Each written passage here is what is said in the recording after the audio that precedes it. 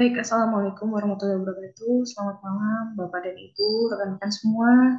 Izinkan pada malam hari ini saya mempresentasikan proposal saya yang berjudul Pengaruh COVID-19 pada efisiensi dan kinerja bank sebelum 2017 sampai dengan 2018 dan setelah COVID-19 2021 sampai dengan 2022 untuk studi kasus pada Bank Jatim konvensional dan syariah dengan analisa data. Oke, latar belakang mengapa saya mengambil judul ini, peneliti mengambil judul ini adalah karena industri perbankan merupakan salah satu sektor yang paling penting dalam perekonomian, merupakan intermediasi keuangan, di mana hal inilah yang kemudian menuntut kita untuk mampu pemahaman yang lebih baik tentang dampak dari pandemi COVID-19 pada efisiensi dan kinerja bank di Indonesia. Nah, khususnya di sini yang saya ambil adalah Bank Jatim ya. Tentunya dengan dua unit yang dimiliki saat ini, yaitu unit konvensional dan syariah. Dan kebetulan peneliti, yakni saya, bekerja di Bank Jatim.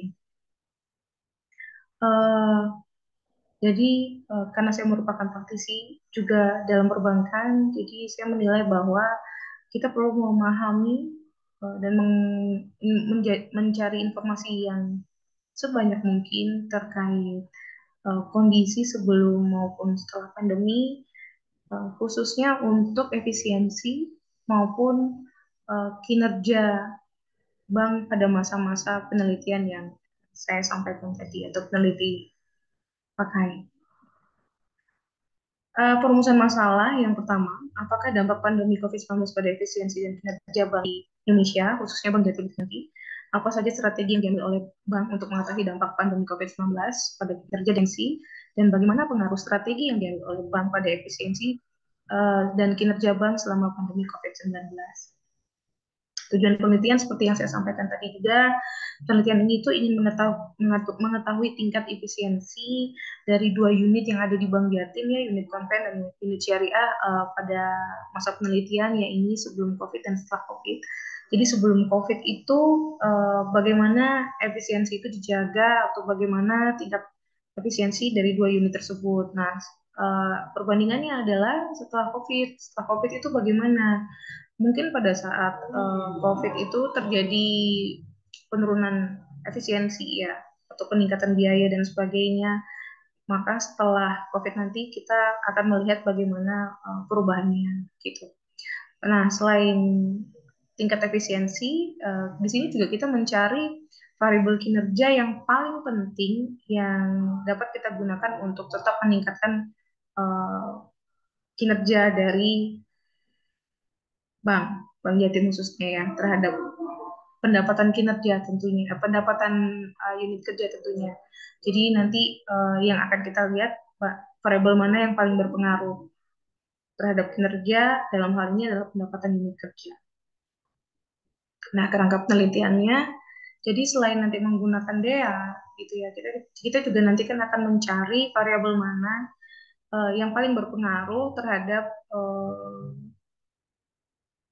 pendapatan atau kinerja. Tentunya kinerja bank itu diantaranya yang dilihat adalah pendapatan. Nah, dalam hal ini kita pakainya pendapatan sebelum pajak. Peneliti memakai pendapatan sebelum pajak.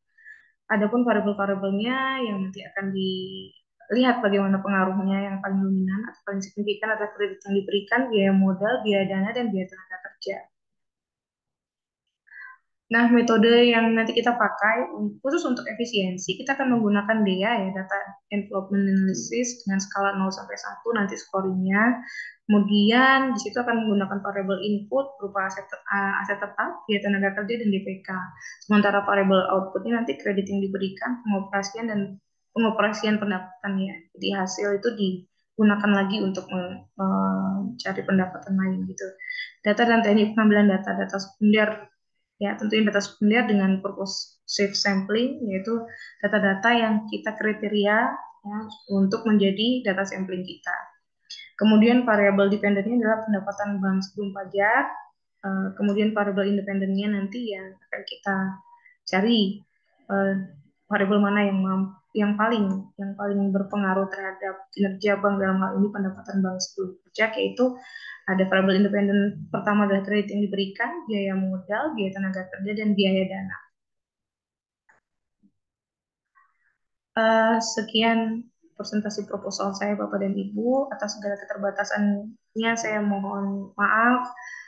Terima kasih. Assalamualaikum warahmatullahi wabarakatuh.